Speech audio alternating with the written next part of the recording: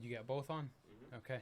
Assalamu alaikum, Sheikh Bajwa. Walaikum salam. It's good to see you. Nice to see you too. It's good to come to Yale and do this interview. Absolutely welcome. I appreciate the hospitality. I don't mean to intrude on you, though, did I? Because I know you work... your family time starts at 10 p.m. I think you mentioned in class. Exactly. So I'm hoping that coming in on a Saturday at 3 p.m. doesn't interfere with work. It's okay. It's okay. I mean, 10 p.m. is a sort of a day-to-day when I try to have a cutoff when you turn off your phone and you have commitment to family time and personal time and whatnot. But weekends, obviously, the nature of this work, it's not a 40-hour-a-week job, right? Right, for sure. And so, and especially you're a guest coming from long ways away, so I'm really honored and excited that we could make this work. Yeah, I appreciate that. Mm-hmm. So, are you on the weekends? So you're obviously you're working on the weekends sometimes. Mm-hmm. Yep. What is it that has you working outside of a normal 40-hour work week? Is it student issues or what is it exactly? Great question. So, I mean, I think so the nature of the work is that, there is an aspect of if you clock in, you clock out, you go show up in the office at the, certain time, and then you go home from the office at a certain time. That's one aspect of it. Mm-hmm. But the nature of this work, right? Being a chaplain, being a community caregiver, working with masajid, working with students, working with faculty, it's just, problems don't arise on the clock, right? Between a work week. And so what happens is that, I get calls from the hospital, I get calls from community members when there's some sort of an emergency, either lowercase e, capital E, but you have to respond at some level. And so the point is that, I try to keep my weekends free for family time and personal time and whatnot. But there's also events by the nature of being in a university is that you have student programming on the weekends, right? There are student activities, events, lectures, conferences. And so it's all a matter of what I've been able to do in my life. And it's under, the amazing mentorship of my boss and supervisor is that, do the work, put in the time, and then it's very fluid. You can adjust, right? So if I'm putting in a long weekend, then the next couple of days in the coming week, you can take your foot off the pedal and kind of devote more time elsewhere, kind of thing. So I hear you. Do you? And I don't think anyone from Yale is going to hear this. So yeah, do you genuinely like putting in all that time? Is this something you're enjoying? No, absolutely. I mean, I alhamdulillah, I say that inshallah from the bottom of my heart, this is a blessing and a privilege to do the work that I do in the Yale community, for the New Haven community. I look back at my life and, Allah Ta'ala opened every door for me, that doors that I wanted and doors that I couldn't have imagined that brought me to this place. And then my mashayikh told me, when you're here, you have an immense responsibility as well. Right, Allah put you here for a reason, and you've got to put in the work and do the work and do the khidmah, do the service to the community, for the students, for the staff, for the faculty, for the New Haven. I live here. I've lived here with my family for 14 years. I have many dear friends and teachers that live locally, and it's all about serving them. And so to come back to your original question is that I genuinely deeply enjoy this work and feel very blessed to be able to do it. I hear you. Yeah. I hear you. So it's not really it's not always because what I was thinking when you said you put in work on the weekends, that it's a situation of, Dr. Bajwa, I have something serious to tell you. Yeah. And, a student problem, specifically one person. Yeah. It's not like that. You're saying it's programs. It's more. Well, it's both. I think it's both, right? It also depends, right? Like more often than not, it's programs on the weekends that will bring me in. But that doesn't mean that I haven't gotten, panicked calls and crisis calls from students from the university for various reasons at odd hours of the day or at odd, and weekends and stuff like that. So that's not as common. But, I also, what I would say to anyone that's listening that is interested in chaplaincy or knows chaplaincy is that it comes with the territory, right? You've got to be in this work. You've got to be able to do this work and put yourself all in to know that that's what it comes, right? If people want like a desk job, like, I don't know, work in a corporate office or something like that where you clock in and you clock out. Yeah. That's not the nature of this work. And to give so much credence to and props to our mashayikh, to our imam, is that, the work of the community, serving the community is, there's no imam out there. And I have many friends who are imams, right? And many of my teachers serve as imams in communities, is that they know that it's never sort of like after Jummah, you pack up, you go home. For sure. They don't need to see you until later, right? It's just, it just goes with the territory. I hear you. So even though it's not like the common problem that you're facing, like when a student comes and asks a specific question, if you don't mind me asking, what's a common thread that you're seeing when they come with a specific question? Sure. Yeah, no, I mean, it's a fantastic question. I'm going to give you a couple of categories of what that they present as. So one thing, and not one is more important than the other. That's what I want to say. This is just sort of off the top of my head. Is people have crises of faith, right? They just deeply question their Islam. They question their, sadly, just as sadly, I should say, they really question the community. Right? There's just people feel very alienated from the Muslim community. They feel like they don't belong. They can't find their tribe, right? I think part of it is also I'm dealing with a population of emerging young adults, 18, 20, 22, 25-year-olds. They're at that either in college or post-college phase, early graduate school, law school, med school, PhD programs. It's a very intense academic time in your life. Intellectually, it's very formative, right? I mean, you're committed to your work, but you're also like you're growing, right? Emotionally, intellectually, spiritually, you're growing. And so, for us, it's all about the balance, right? Finding the balance between your work, they call it the work-life balance. I would say the balance emotionally, psychologically, spiritually, and physically, right? You need to be healthy in all these areas. So for a lot of people, it's a crisis that they maybe can't put a finger on. Like, I don't know why, I just feel like I don't connect with people. I don't feel like I belong. I feel homesick. Is it all worth it? Like, why should I even be doing this kind of work? Like, I'm putting in crazy hours and in college or med school or an MBA program, so this is sort of general malaise, I'd call it, right? People are just like, I don't feel good and I don't know why I don't feel good. So you dig a little deeper. For some people, it is a spiritual crisis. They're like, I'm looking at the world. I don't understand how Islam can work in this world. I don't understand how the Muslim community can navigate this world with all of the fitna and the fasad in the world, right? We can go through a long list if you want on what that is. They're just like, how does my Islam and my being Muslim fit into that? How do we answer these problems, right? Problems of deep racial divides, deep economic instability and inequality, right? The environmental catastrophe that's going on, the issues of misogyny, racism, sexism, classism. Like, how do I as a Muslim even begin to understand it? Do I do anything about it? Like, all of this, when you put it together, is a pretty volatile mix, right? For sure. That's one category. The other category, people come to me with like, they're just in their interpersonal lives. I just can't get along. I'm in a bad relationship. Right, with my friends, with a significant other, with a romantic partner. I don't know how to navigate this. I want to get married. My parents are trying to get me married to this person or telling me not to think about marriage, focus on school, getting a job. But like, people have emotional needs, right? So it's all of this other kind of category of things. Other people, they just have career questions. I don't know what to do in my life. My parents want me to be a doctor. I mean, medicine's interesting, but I don't know if I really want to do this the rest of my life. All my friends are going to finance. It seems interesting. It seems like a lot of hard work. But like, do I feel good about like being part of that whole economy and whatnot? Right. Like, I don't know. So these kind of questions, they're trying to figure out and navigate their life. I think another aspect that people, the last sort of category I'd put out there is people, some of them, they're just like, I really don't know enough about my deen. Like, this whole time I've had Sunday school Islam, my parents, very cultural Islam in my house. And now you're in college and you're learning and studying fascinating new fields, right, of inquiry and subjects and all of that. And then they're just like, I realize I don't really know much about my own deen. Like, you get what your Sunday school teacher teaches you, your Imam gives some nice khutbahs that you absorb, but really in terms of depth, right, that's what they feel. And those people, I really applaud their courage, because they're actually like being vulnerable and saying like, I'm acting Muslim, but I don't even really know what all my Islam is about, right? Not from a place of like a crisis, from a genuine place of curiosity. And they really want to learn. They're like, I want to learn how to be a better Muslim.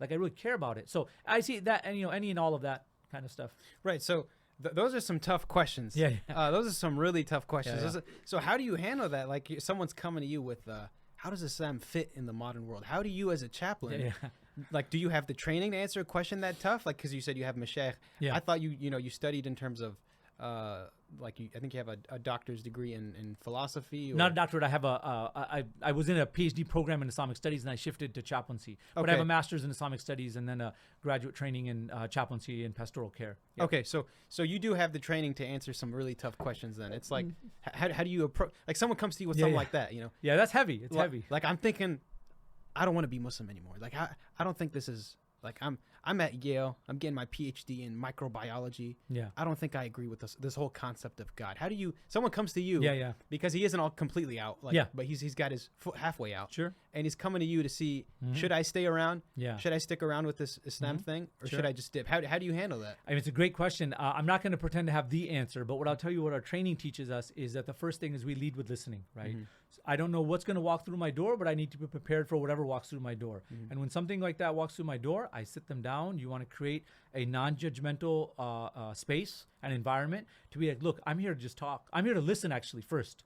Just talk to me. Where are you coming from? Like, tell me about yourself. Tell me your story. How did you get to this point? What was your journey emotionally, physically, right? People come with all sorts of experiences, traumas, hidden traumas, right? Deep disappointments in life, you know? And so all of that is a part of them as a person. And so my job is to listen to their story and then look for threads, right? And then ask reflective questions, open-ended questions, right? And that gets them talking.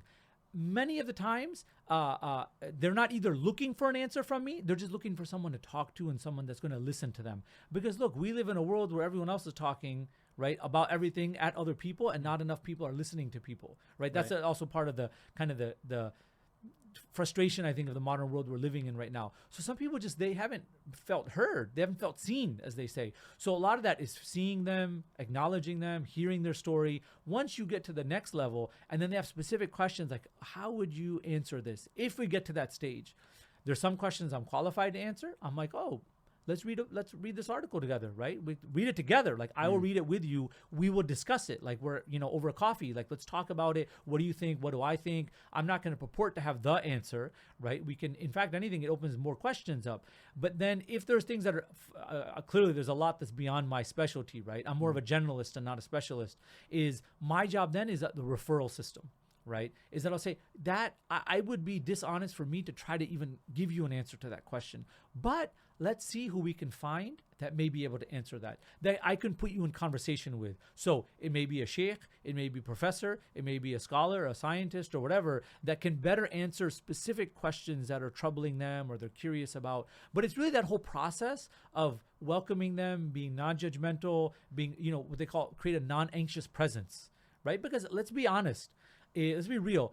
For many people, religion creates a certain anxiety, right? Because it's performative. Like, I have to act a certain way in the masjid around these people. And if I say or do anything wrong, bam, like, I'm a bad Muslim. You don't belong here. Get out of here, right? You're not dressed the right way. You don't have the certain jargon, right? You don't know the performative aspect of our deen. And so, and that frightens people, right? And so I think if you create a non-anxious presence, be like, come to me. This is the beautiful, I'm not going to claim this at all. I didn't come up with this, right? Is that, they say, I think it's attributed to, Imam Zayd and many others who were like the inspirers of the Ta'lif collective, come to Islam as it is. Come to Islam as you come as you are to Islam as it is, right? Like, come who you are, right? People are at different points of their spiritual, emotional, psychological journey, but then come to what we believe is like Islam, normative Islam, right? And our job is ahlan wa sahlan, come on in. Like, there's no like barrier at the door, right? Being you can't come in. Yeah. So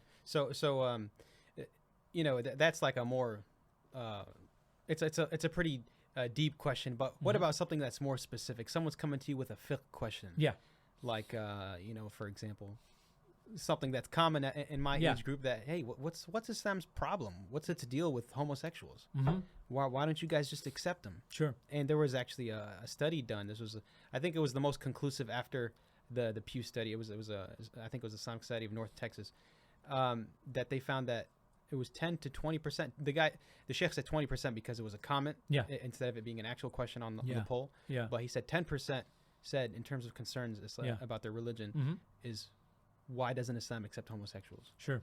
I mean, this is a very common concern amongst amongst young Muslims today, and I hear it. I mean, I hear where they're coming from and whatnot. So, I mean, with questions like that, it's listen to what their concerns are, and then have a conversation. Right? It's like, what do you think that Islam says about this, and where are you basing these sort of assumptions or what you think from? And then let's look at the text. Let's look at what our texts say. Right? I mean, it's an inquiry that deserves sort of an exploration, and then let's look at what the scholars have written. Right? There are sort of popularly understood, and I'm not a sheikh and gonna to, I'm not making any ijtihad. I want to make that explicitly clear, right? But we look at we're dealing with, really intelligent, motivated college students. We're living in the age of information. Right. People, if they want to know enough, they're going to dig, and if they know how to dig, they can get and unpack and unlayer scholarly opinions and whatnot. So we have a conversation about that, right? Is that we may agree to disagree on certain things. Like, I'm very open to that possibility, because at the end of the day,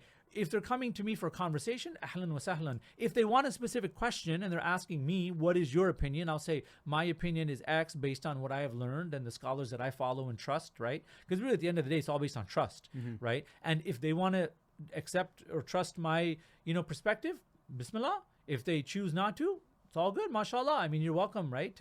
I'm not running Darul Islam here where there's like a certain, my way or the highway or anything like that. Right. So, I think with students, it's really because it's respecting their intellectual curiosity, right? Saying that you're asking for perspectives. Here's a perspective. Here's what I would say, a normative perspective. This is widely understood throughout the ummah on these very big issues. And my job is to discuss that, explore it with them. And at the end of the day, however they want to take it, they can take it, because, again, it goes back to this idea of I want to be non-judgmental to them. Now, there are students, I'll just add on, this is a footnote to the question. There are people that are so deeply grappling with some of these questions, they'll come back, right, and say, I want to continue this. They'll come back again and again, and we'll develop a deeper conversation. And then they might want to know, what's your real opinion on this? And then they're looking for advice. Like, not just like, what do you think about this? What should I do? And if they ask me, and this is for a chaplain always at the very end of it, right? Because generally we're not there to dispense, I'm a spiritual advisor and I do spiritual caregiving, but only if someone asks me, what do you think I should do about this? Then I'll say, since you asked me and I know you and I know this situation, here's my nasiha. Here's my advice, coming from a place of good, sincere counsel for your benefit. I hear you.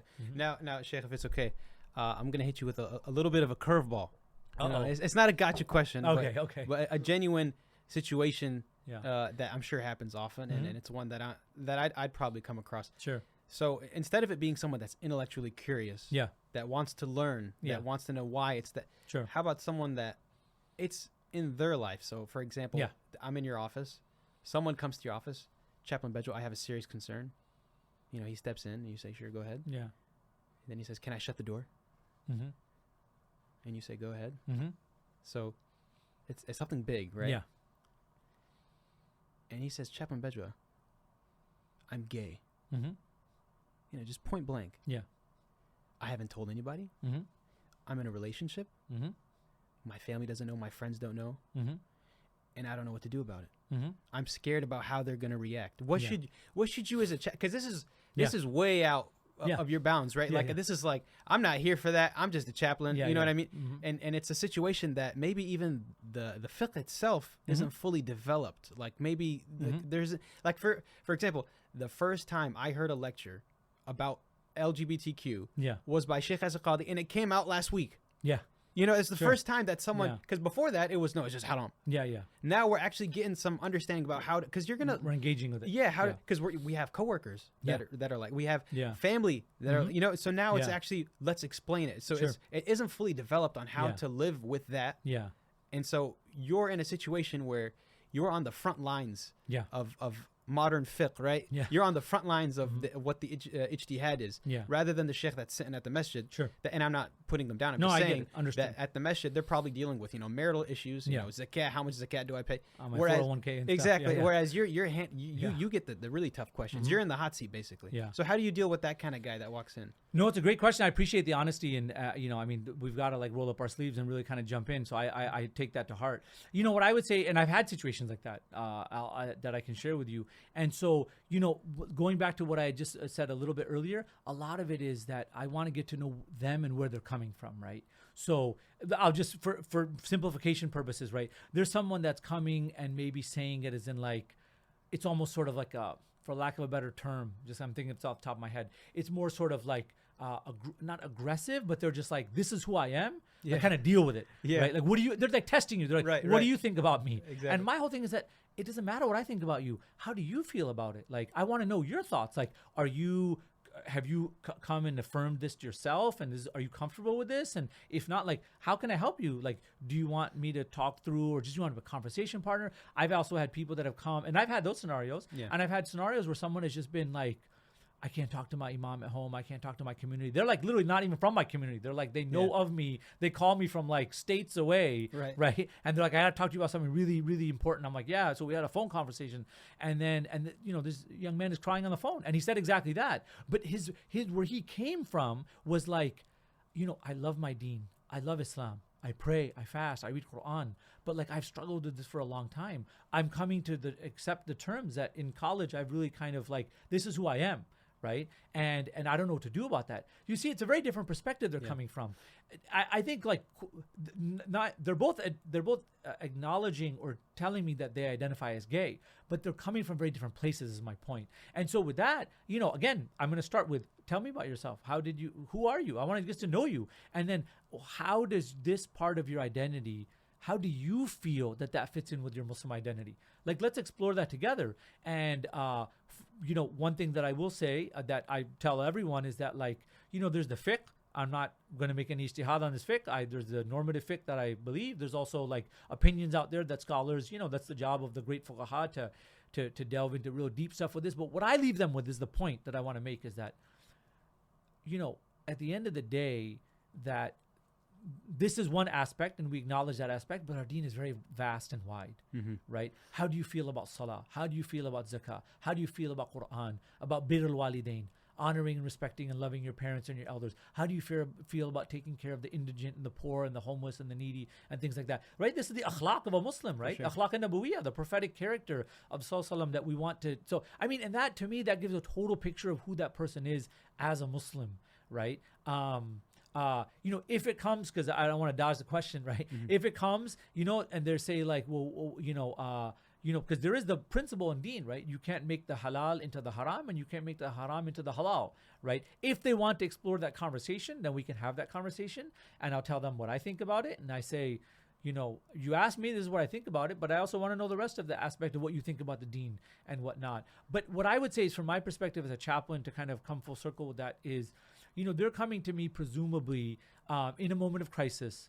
They're looking for a listening ear. They're looking for someone to empathize with them. And my job is to really just be that empathetic presence and to be like, I understand you probably go through, I can't even imagine the level of alienation, the level of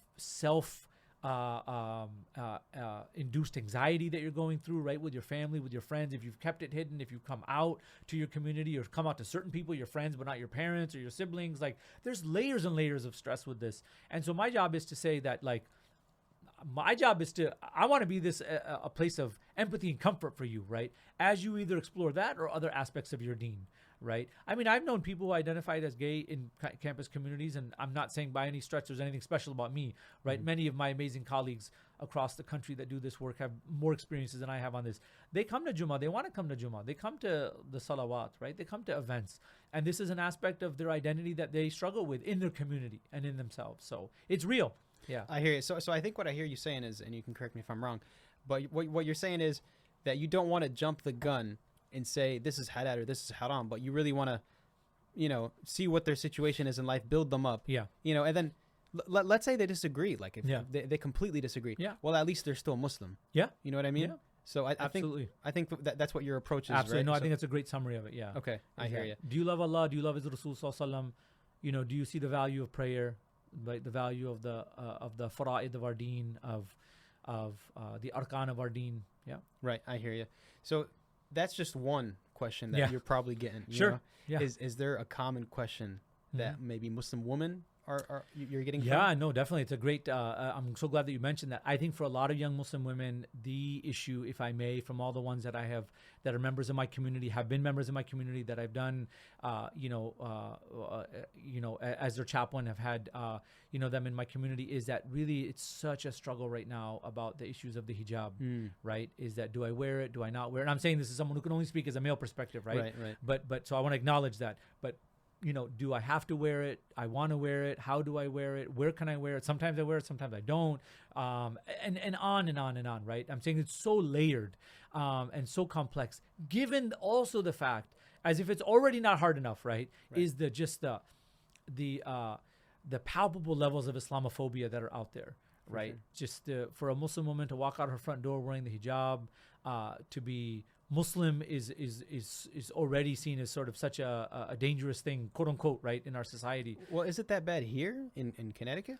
I mean, Connecticut's not as bad as some other parts of the country, if I may say, right? Okay. But yeah, I mean, you have ignorant people, you have bigots everywhere, right? But I think, I mean, I don't want to generalize here, but it's probably not as bad here maybe as in some other parts. But nonetheless, I mean, the Islamophobia is like an added dimension to it that makes it harder. But I think women just generally today, they're looking at the world. We live in a world of you know, I mean, an ongoing debate about what does it mean to be a woman, you know, talk about gender fluidity, talk about far beyond the idea of gender binary, about is religion oppressive to you? Why do you wear this? Do you have to wear this?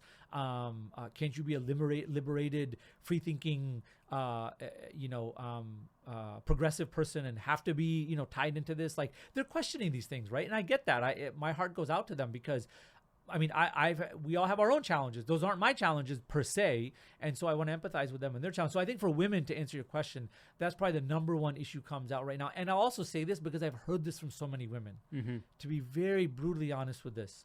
You know, it's one thing to get questions and critiques and criticism from the outside world, from non-Muslim society.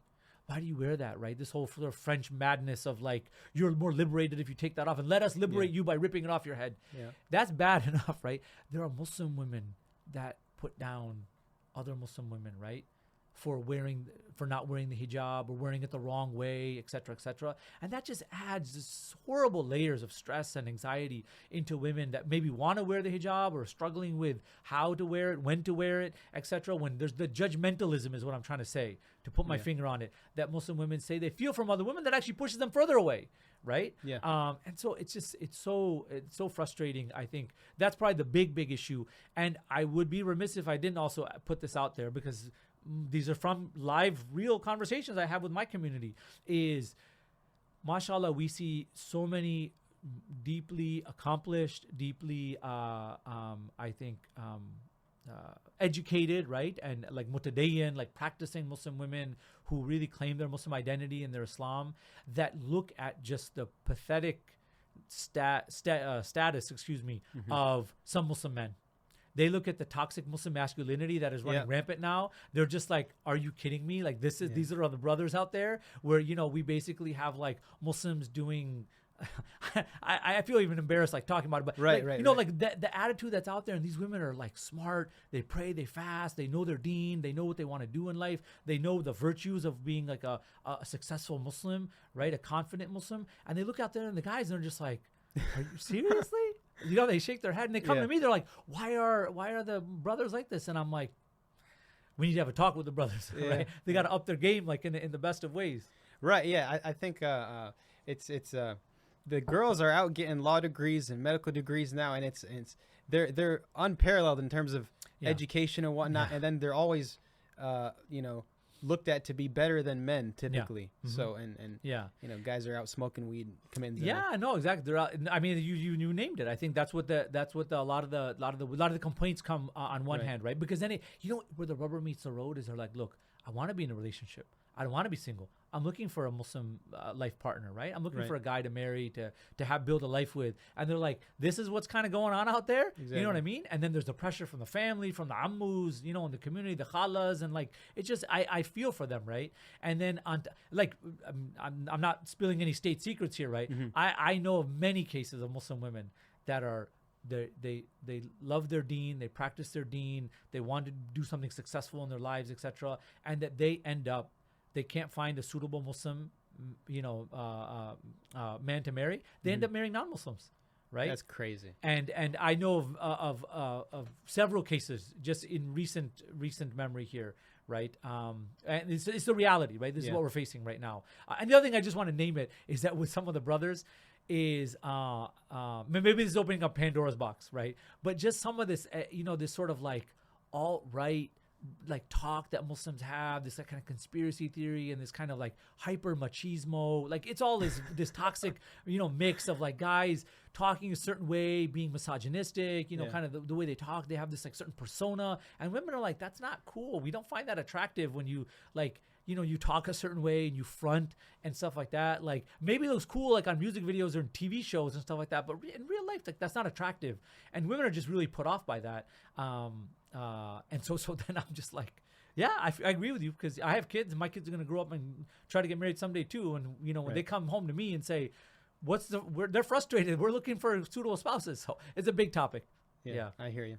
No, I've definitely seen like that macho character that shows up. It doesn't appear at the masjid, right? No one wants to show it at the masjid. Yes. But obviously there's a sometimes, and I remember Sheikh Omer Bajwa talking about this in a lecture, that some people have a split personality. And he there's a hadith that alludes to the people that embody a character, but deep down they don't believe, that they're amongst the Muslims, but they don't actually believe, or they don't, so, and that those people will never see Jannah. I think there's a hadith to that effect. And I've seen it in real life. Sure.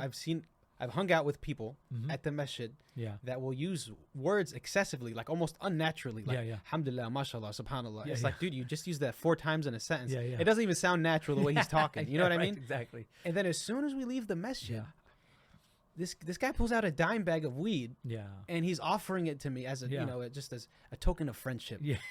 From Muslim to Muslim. And it's like, dude, we just left the masjid. You couldn't wait just a little bit longer to pull this out? Like, and not that I would take it, obviously. I'm just saying, like, this isn't the place. Of course. So, so I've definitely seen like characters of guys that are, they flip flop, kind of like the what's that animal called, that changes color? Chameleon. Yeah, like a chameleon, that kind of thing. So. It's real. I mean, I think it also just, if I may just throw it in. No, go ahead. I think part of it is that just, we all have to question ourselves, how deep is our Islam, right? Like how deep has it sunk into our heart and to affected our character, versus is it a very performative Islam? Like I act a certain way in front of my parents. I act a certain way in front of the, the masjid crowd. And when I go to Jummah, I act a certain way when I'm with my boys, hanging out. I act a certain way when I'm in front of ladies. And, that I think is just, it's actually, I mean, Islamically it's problematic. I think it's also just mentally problematic. Like, why are people juggling all this? Like, really, like, who are they inside? Exactly. Questions. So exactly, and obviously these are all allegations, and I don't want to get into it because none of it is confirmed. But there's sometimes you'll see a person that you'll hear about a character of a person that's a hafiz of Quran or qara Quran, and then they find out that there's something else going on there. And there's a story that even I heard of from our own community, that there was a brother that was selling Hajj packages on the low, right? Like really cheap. And apparently he was doing it as a form of sadaka. And this person was trying to team up with Hafad of the Quran who actually got on it. It turns out he was trying to scam people and dip with the money, but they got a hold of the situation. So there's always that strange character. And it reminds me of the hadith, the first 3 people to go to hell. Absolutely. The terrifying hadith. Right, the Hafid of the Quran, and then the Mujahid. And then I think the third one was the rich man. The rich man that gave for people to say like, oh, he gave fi sabilillah, mashallah. So I see a lot of clout chasing in the community. You know what I mean? Unfortunately, like a whole lot of it, and it's unfortunate because the people that are on the fringes gravitate towards them. And then see them fall apart, and they're like, what the hell is going on?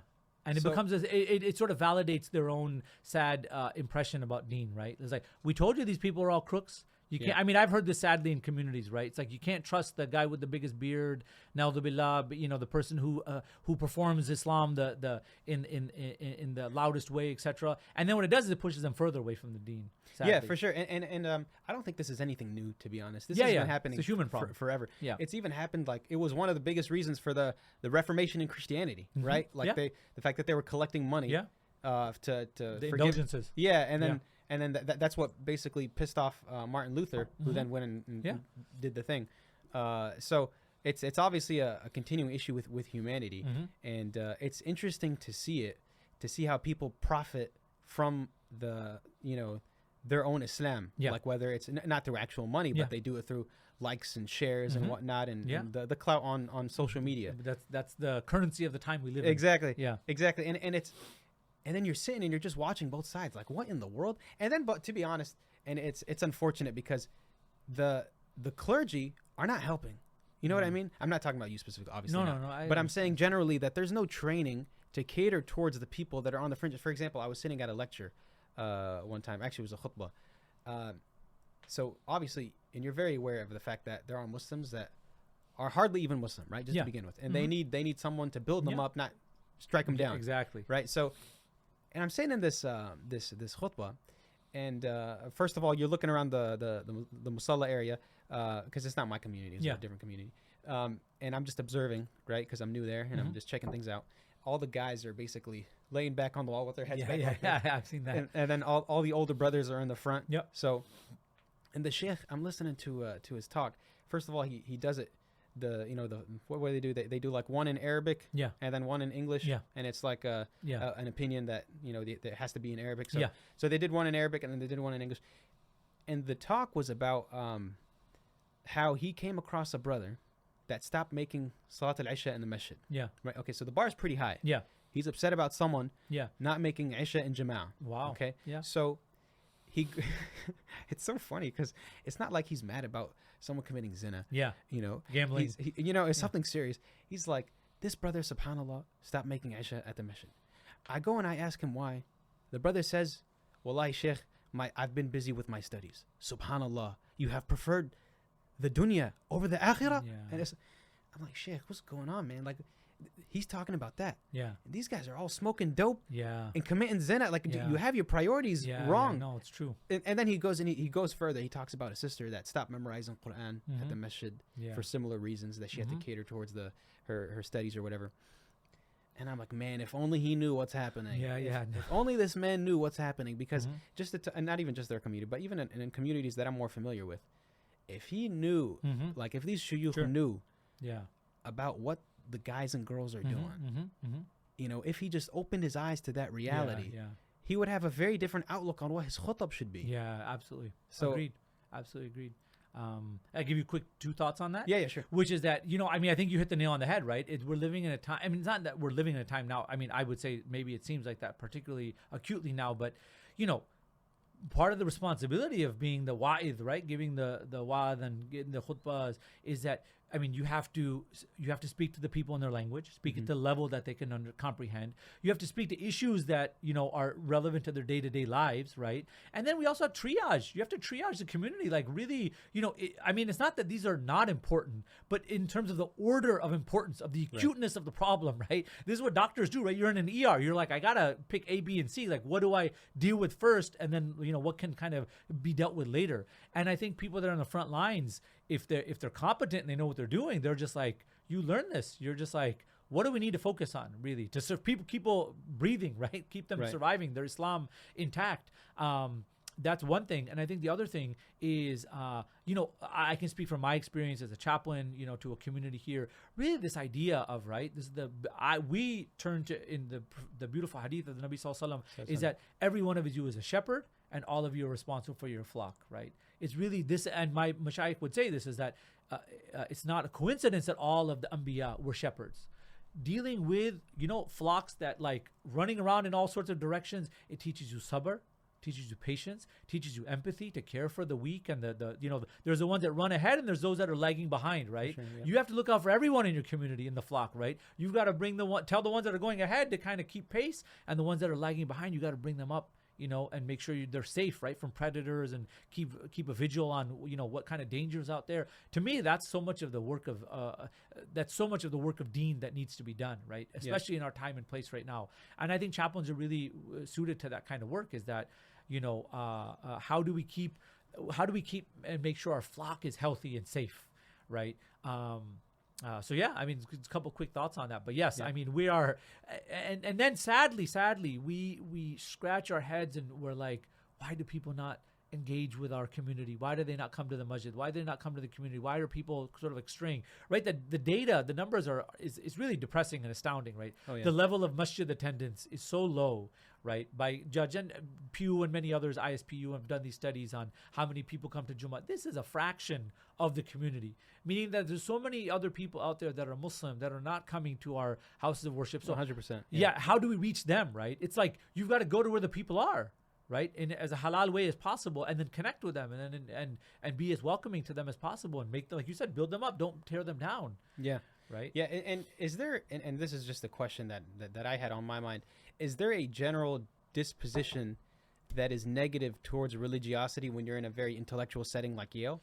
I think so. Yeah. I think that this is a hyper liberal place, right? And in multiple senses of that word, it's a very secular place, right? It's a privileging of the life of the mind, of the intellect. We would say the aql is more than just the intellect, right? In Islamic sort of philosophical, spiritual way, the aql includes the mind and the qalb, right? In a broader sense. But anyway, this is a place that, to get to your point, is that, I mean, these people look to religion as mythology, right? These are like fables of the past, right? Kind of thing. It's like just mumbo jumbo. It has no relevance in your daily life, because these elite academic intellectual institutions have their own biases and bigotry, right, and prejudices that they don't want to acknowledge. But the reality of it is that people are exploring religion, right? People come to college and university, some of them with deep religious commitments, or they're exploring their religion, or they're just like unsure, and they're just like, it seems like religion is a big force in the world. And if I'm studying to become something in the world, in a globalized world, I'm going to deal with a global economy, right? Global knowledge economy, global economic, financial economy, and et cetera, et cetera. If I want to actually be a productive, competent contributor to that, like, I need to know what people feel about religion, right? Islam, Hinduism, Buddhism, Christianity, Judaism, and et cetera, et cetera. To me, that's a no-brainer, right? It's called religious literacy. Our institutions are horrible at actually doing religious literacy. I mean, I'll put it out there. You go Harvard, Yale, Princeton, Stanford, Chicago, the whole lot of them, man. None of them do this well. So, I hear you. So is it seeping into the Muslim community, that negative perception towards? I think that that's a great question. I think that there are, I'm going to kind of divide that in a second. I'll speak about the American Muslim community. Yeah. I would be fascinated, maybe as a follow-up conversation at some point, on what the global attitudes are across the Muslim world, right? I'm sure it's probably frightening, from stories that I've heard, because I've traveled the Muslim world. I hear anecdotes. I visited and family and friends around the world. But we won't get to that right now, right? Yeah. But let's just say the American Muslim community. Yeah, look, we're all part of a culture, right? And some more than others were affected by the dominant cultural trends, right? The dominant cultural trends are one of sacrilegiousness, right? Where the sacred is divorced from your sense of your day-to-day life, right? There's nothing sacred anymore. Time is not sacred. Exactly. People, places, objects, right? Behaviors, the loss of adab, right? The sense of like adab is the comportment, how our mashayikh say that adab is the right behavior in the right way at the right time, right? That this is sort of, there's a beauty to how you speak, how you act, how you comport yourself, the way you deal with your elders, the way you deal with the youth, the way you deal with the environment, the way you deal with everything around you, right? The Prophet ﷺ had the most beautiful adab, right? And so that's why he was the most beautiful person inwardly and outwardly, sallallahu alaihi wasallam. And so, one argument that our mashayikh say is that, really to return the vitality, the health of our community is returning to that idea of prophetic akhlaq, prophetic adab. I believe that. I mean, that's my position. But to get to your question, for sure, I think the Muslim community is looking at the world and they're like, three things. Number one, my community seems pretty whacked. It's got all these internal problems. You name it, right? We don't even have to go down that road if you don't want to, but there's a lot of problems internally in our community that people are not blind to. They're seeing this stuff. Hypocrisy, right? Judgmentalism, irrelevancy at certain places, right? Like, how does this even connect to my daily life? Number one. Number two, they're looking at the outside world and they're like, the outside world doesn't take religion seriously at all, right? Yeah. Isn't like people, there's like Islamophobia out there, right? They're actually actively like attacking and demeaning my religion. And then the third is that the broadest society, they're like, religion doesn't, like, we live in a hyper-sexualized, hyper-commodified, right, hyper-performative society. People are like, religion doesn't do anything for you. It's not going to make you, this is the argument, right, that society tells you. It's not going to make you more popular. It's not going to make you more well-liked. It's not going to make you more accepted. It's not going to give you your self-validation and self-affirmation that you're looking for. Just like, be who you want to be and do what you want to do. And don't let anyone ask questions otherwise, right? Yeah. There's this whole sort of sense of like hyper-individualism that takes you down sort of a kind of a slippery slope. And so, I mean, if you're a young Muslim and you're looking at the world today with these three things, I mean, the cards are stacked against you, as they say, right? Yeah. So So just a question on that before we switch topics. When I was asking you in class one time about the general outlook on the gender neutral bathrooms and the co-living spaces at Yale, I was thinking from a sense of, do Muslims get upset about it? Do they change it? So you were telling me that, yes, that is the case, that every spring you get a bunch of...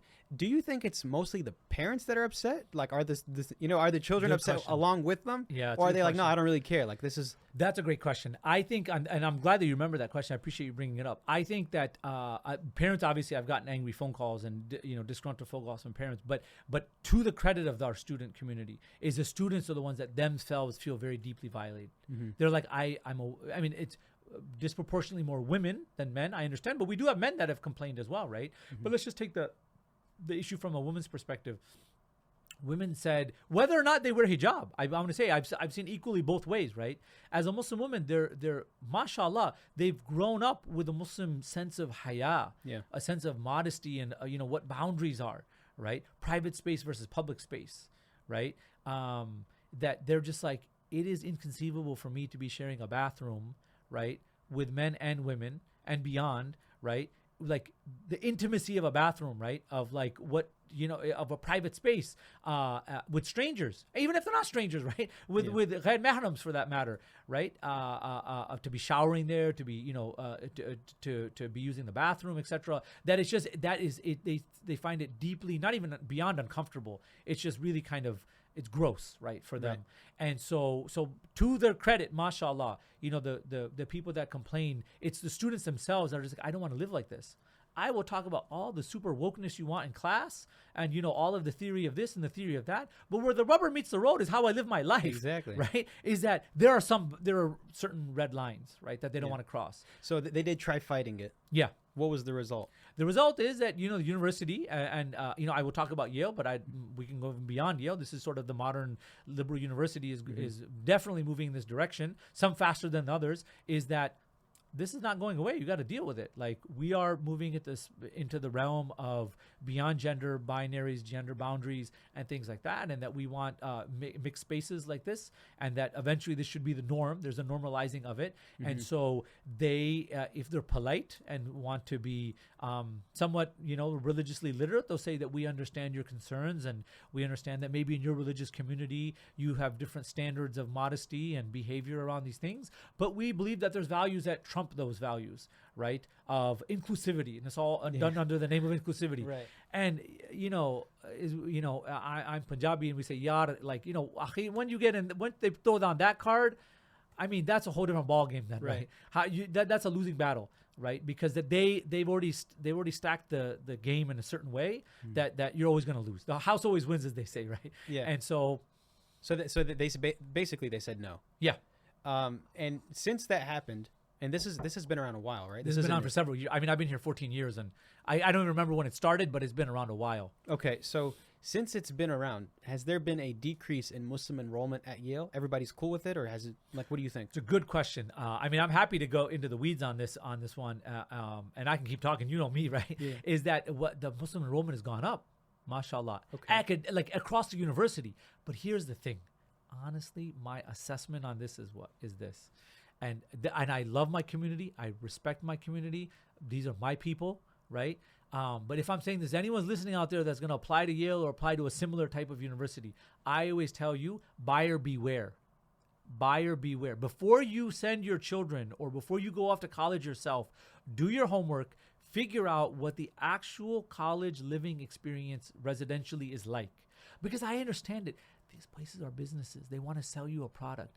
You look at Yale, it looks like Harry Potter Hogwarts, right? It's that Gothic architecture. Right. Everyone's smiling and happy on the website and the videos. They want to sell it to you, man. And people want to buy, right? They want to come. These are super elite, selective places, right? And so when people come here, the last thing most of them check, right, is what is it really like to live, on campus? For me as a Muslim, like, how am I going to experience this? And so some people call me before they come, and I tell them, here are all the amazing things about our community. We'd love to have you as a part of our Muslim community, right? You would make us stronger and better. Become part of our family. Become part of our team here. But here's what you need to know. X, Y, and Z before you come.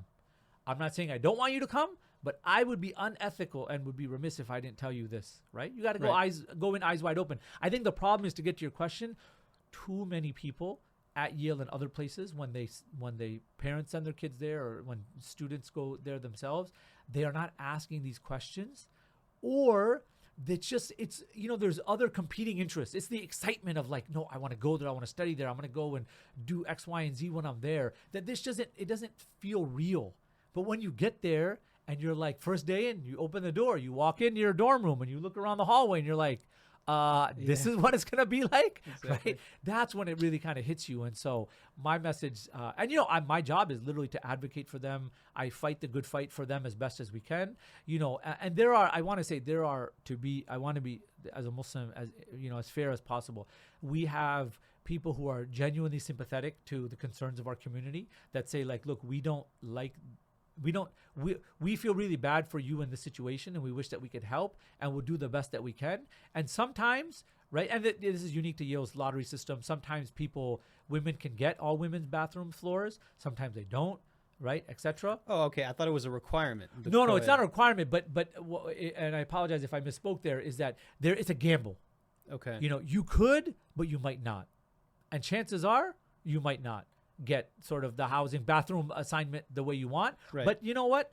It's like, you're here now, and Yale requires you first year and sophomore year, you have to live on campus, and then you can move off junior, senior year if you want to. Private, students, I know a number of Muslim students that get their own apartments because they want their own kitchen, they want their own bathroom. But that's junior year. That's junior year, yeah. Okay. So this is across the board co-ed for any religious group, and I'm sure this isn't only for Muslims. I'm sure. No, we have many. I know many stories. I interrupted you. I'm sorry. Go ahead. I know many stories of particularly Jewish students, Orthodox Jewish students that are deeply uncomfortable. In fact, honestly, from a fiqh point of view, it's basically the same dalil as us, right? They have the same arguments, right? From it's called halakhic, is their version of Sharia. It's the same argument, that men and women should not be sharing private space like this together. Right. So, I mean, that's fascinating, mashallah. So it was never some sort of unified effort between Muslims and Jews that tried to get things to change at Yale? I think that's a great question. I think many students have had these conversations, to be fair to them. A lot of students have complained to each other, like Jewish students to Muslim students, and etc. And I think the power of the university and of university administrations is just so massive that it's an uphill battle.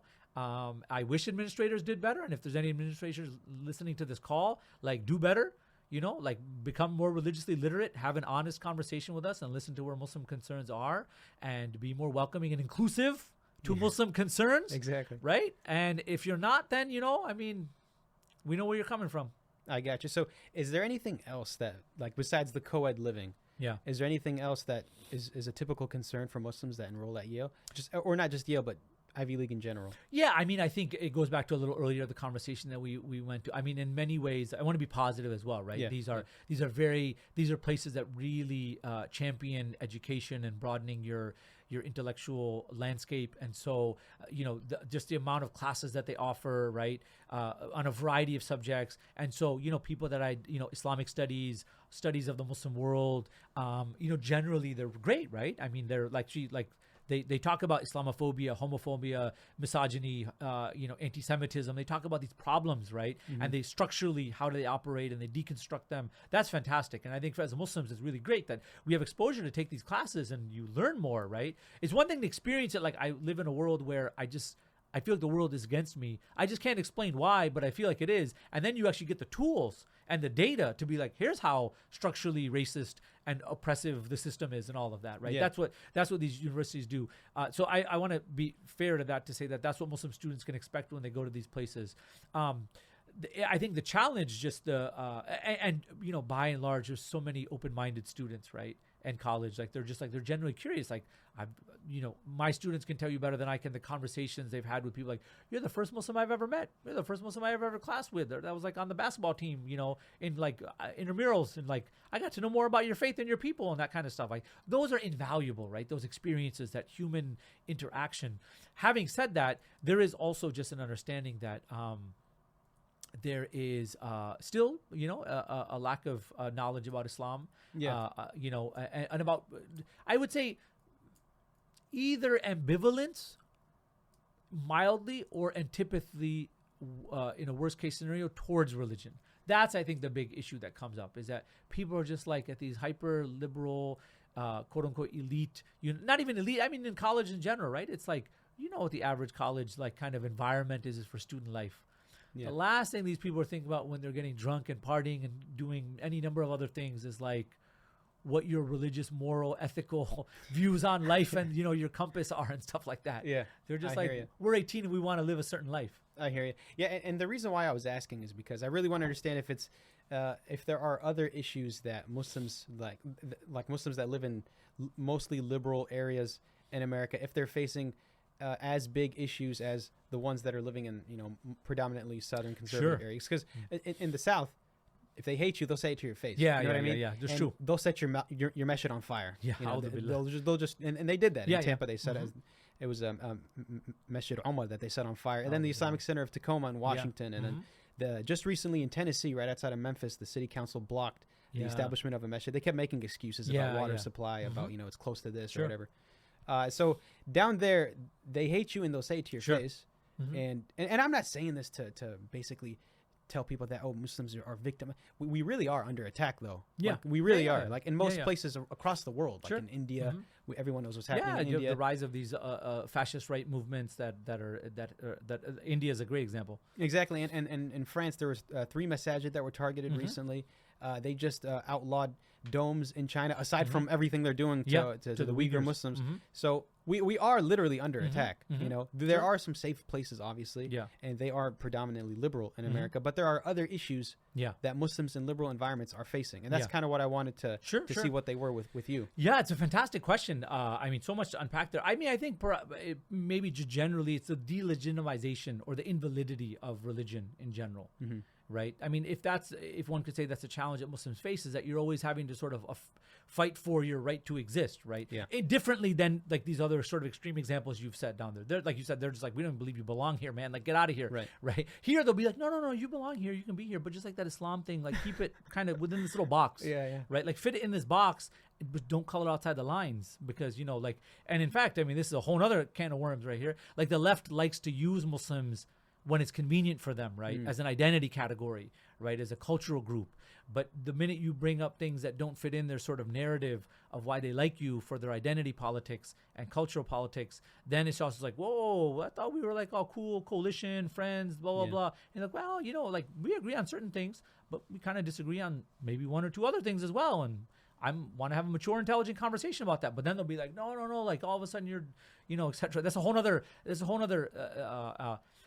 anxiety producing kind of scenario that comes up. Yeah. So it's not like they're not going to be upset if you do a Jummah out in public or something like that. Speak your truth. Be who you got to be. Express yourself. They like that public expression of identity. But maybe when it comes to co-ed, they're like, well, why do you want to be separate? So besides that, is there anything else that's like a big issue? Well, I mean, it's a great question. I'm not the most qualified to speak on this, but I mean, other people have talked about, and this is, I think, another topic worthy of further explanation. Is that, it's a question. I mean, with the current, in the realm of ideology, right, with the sort of competing ideologies that are operating in the world today, can an argument be made that Islam? And as I say this, I know there's like professors probably listening to this call. They're like, you can't even say that there's such a thing as Islam, right? There are Islams, plural, not one Islam. We'll get to that later, right? Is that, but can Islam be can it be the only, the argument is the real viable counterforce, right? To sort of Western late stage predatory capitalism and hyper-liberalism and the sort of, like the imperialism of the sort of the hegemony, I should say, of sort of Western discourse, right? I mean, this is an argument that some people may make, is that the reason that there's this deep suspicion and antipathy even towards Islam is that they know, like, if it goes toe to toe with Islam, like, That's the only force left, right?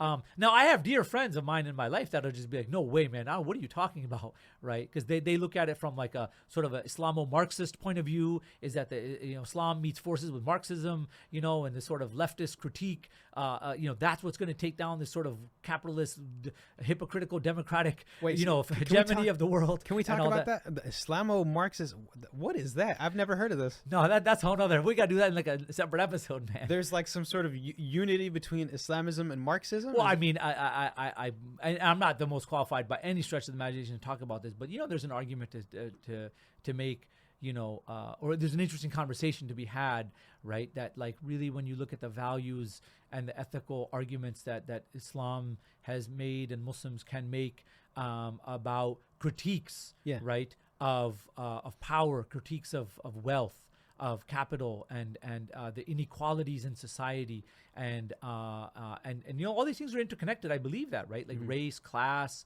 and gender, all of these things. We have to grapple with these issues. Right. The big question I would say is that like, what great Muslim thinkers do we have right now that are actually connected to the tradition, that can give a really coherent answer to this question, right? Is that, some people that I believe that are sincere Muslims are like, when we look, the answer we gravitate towards is a very Marxist critique of the fitna going on coming from the West in the world. I'm like, I love having coffee with those people and talking to them because I'm always learning stuff, right? Yeah. I'm not always convinced, but it's great conversation. Yeah, I hear you. Yeah, no, that's definitely an interesting topic. To segue, and this is completely off topic, but it's just a curiosity that I have now that I'm at Yale and I saw the stuff that's going on. Yeah. Or not I didn't see what's going on. I was just walking around campus and stuff. Mm-hmm. The Skull and Bones Society. Yeah, yeah. Are they still active? It's like a stone's throw from here, man, from my office. So what's up with that? What's going on? They are active. They are alive and well, as they say. It is active. It's you can look it up. There's books and books written on Skull and Bones. There's a lot of sort of public mystery about them. Mm-hmm. It's arguably the most famous / infamous of the ideas of secret societies. Mm-hmm. In U.S. history, particularly in sort of, elite college history. Skull and Bones was started at Yale. It still exists here at Yale. I have certain thoughts on it, but you don't want to. No, I can share. Because I share this with my students, right?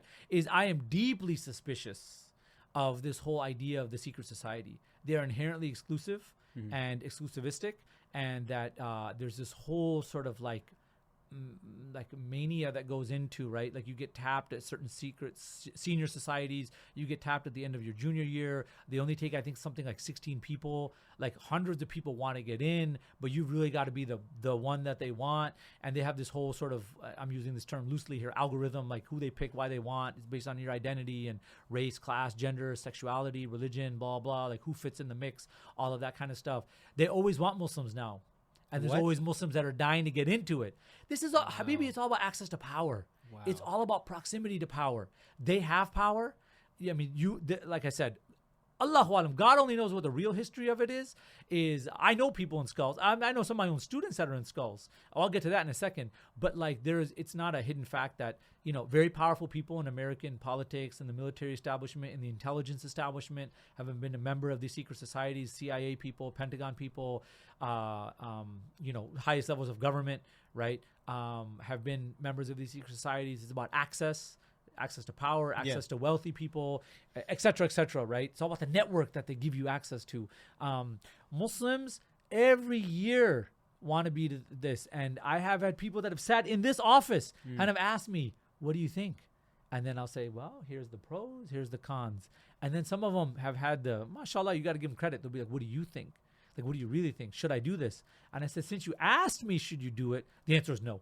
Why is it no? There's no, it's maskhara. This is nonsense. There's no benefit, right? Why do you want to be a part of this elite club that, in fact, I think actually is working at cross purposes? I do not believe, nor have I ever been convinced from the people that I've met or what I've seen publicly about any of these things or what they've told me, right? Yeah. Is that, I've asked people in Skulls, explain it to me. We can't really explain it to you. Why not? Well, that's kind of like our own little clubhouse. What is this nonsense, right? Like, either tell me that you're out there to, like, you have grand plans of domination of the world and whatnot, and these cabal of people running the planet, and economies and governments and all that, because that's what the public thinks. Like, are you not up to that? I can neither confirm nor deny that, kind of thing. This is like kind of nonsensical answers that they give. And so, they downplay and all this stuff. Anyway, not to get off topic here, but I think, like, go into the genealogy of where these secret societies come from, right? Is about who has access, who doesn't have access. Why do Muslims want to be part of this? What are you getting out of it? Is it a purely dunyawi thing? There's always that person that tells himself, I'm going to change the system from the inside. Oh, wow. I'm going to go in the inside, man. I'm going to be the one. I'm like, oh, you've got a savior complex, first of all. Second of all, like, you're telling me you're going to go in, you're going to, our mashayikh would teach us, like, in day one, when you're in an environment, either your identity as a Muslim, your iman is strong enough that it either influences your environment or the environment influences you. It's one or the other. Right. There is no sort of homeostasis, sort of like, it's either day by day, either I'm exerting a positive influence on my environment from a pure place of iman and taqwa and ihsan, right? Or like the opposite, tables are turned. Like, it's like affecting you, right? And most of the times this happens very subtly. Right. And then you get into the realm of, like, of barakah. Like, do you have barakah in your time, barakah in your actions and whatnot? And so anyway, my point is that yes, to answer your question, Skull and Bones exists. It is very attractive to many people. It's one of several societies at Yale. It's the most famous, arguably. And Muslims every year at Yale, undergraduates, you can only be an undergraduate at Yale to get access to it. And Harvard has their own version of it. Princeton has its own version, right? These elite institutions. They're called eating clubs at Princeton. They're called, I think they're called houses, if I'm not mistaken, or something like that. It's not the house. There's another name for it at Harvard. And so anyway, I hear you. I'm ambivalent at best, suspicious, at worst. I hear you. Yeah, because you would think that if it's something where you're working towards the betterment of society, you're doing something good for the world. Yeah. Well, why would you shroud it in secrecy? Yeah. There must be some sort of ulterior motive. Like, there's the only thing that you would want hidden is something bad. I agree. So I agree. And it's interesting that you mentioned that Muslims are trying to join. I mean, from one side, I understand it because, hey, if this is a one-way ticket to a really good position in a company or something, then hey, that sounds good to me. But if you're sacrificing religious values, if you're doing something that undermines society at large, then it's obviously not halal. Yeah, so. No, I agree 100%. I mean, I'll tell you two quick anecdotes, and then on this is that I know Muslims that have been in it, that it is, and I'll just be very blunt about it, it's messed them up. It's messed up their iman. Just they've come out really with when they came out of the experience, they were deeply troubled, right? Like, from, because I'm a spiritual advisor to them as their chaplain. Like, when we've had conversations, like, they've just come out with seeing things. They won't even tell me exactly what they saw and what they heard and what they had to do, but they'll just say, like, my iman got really messed up. Right. And these are people that went in that I had a relationship with, that I said, I don't think this is a good idea for you. And these are people that by ostensible purposes were practicing Muslims, right? That they prayed, they fasted, they believed, right? That you saw them, they're like, that's a standard upright Muslim right there. I know people that have happened to that. I know people that have gone in that have been wildly successful in their dunyawi career, in their materialist, worldly career, right? It's a stepping stone. It'll advance you, right? I mean, when they fly you to Texas to go have lunch at George Bush's ranch, Stanley McChrystal is like calling you on the phone, wanting to have lunch with you, to do projects with him. I mean, these are the people that run the government and military of the most powerful country in the world. Like, this is no joke. I get that, right? You want, like, you want to, leapfrog up the ladder, in terms of your personal career, in these kind of fields. I mean, I understand from that perspective the attraction for people, but then, like, don't tell me you're doing it to uplift the ummah and to help, for humanity and for mankind. Yeah. Just be straight up and be like, I want to. This is a cutthroat dog eat dog world, and I'm a gunner and I'm looking to get ahead of the competition. Just own it then. I mean, I don't agree with that, but that's what, at the end of the day, that's what people do it for. Yeah, and it's also happened historically. I think the great Muslim thinker Jamaluddin al-Afghani, he joined the Freemasons. Then he left it. He joined it for an effort to, bring Islam to the elite members of society, and then he ended up leaving. The same thing happened with Elijah Muhammad, and also the founder of not the Church of Scientology, but the one that's like the Mormon Science something. The Moorish, the Moorish Science Temple. They also they joined into it, and then they ended up leaving. So it's always the same effort. Like, how can we bring Islam to the elite? And so it's interesting that Muslims are actively trying to join. But inshallah, we can close with this. I know we have to catch Maghrib. I think we're at the half-hour mark here before Maghrib. So, Jazakallah khair for talking to me. I appreciate your time. Inshallah, we'll do it again when you're available. Sure, my pleasure. This has been a lot of fun. I appreciate it. Jazakallah khair, Sheikh. Assalamu alaikum. Assalamu alaikum. Wa alaikum salam.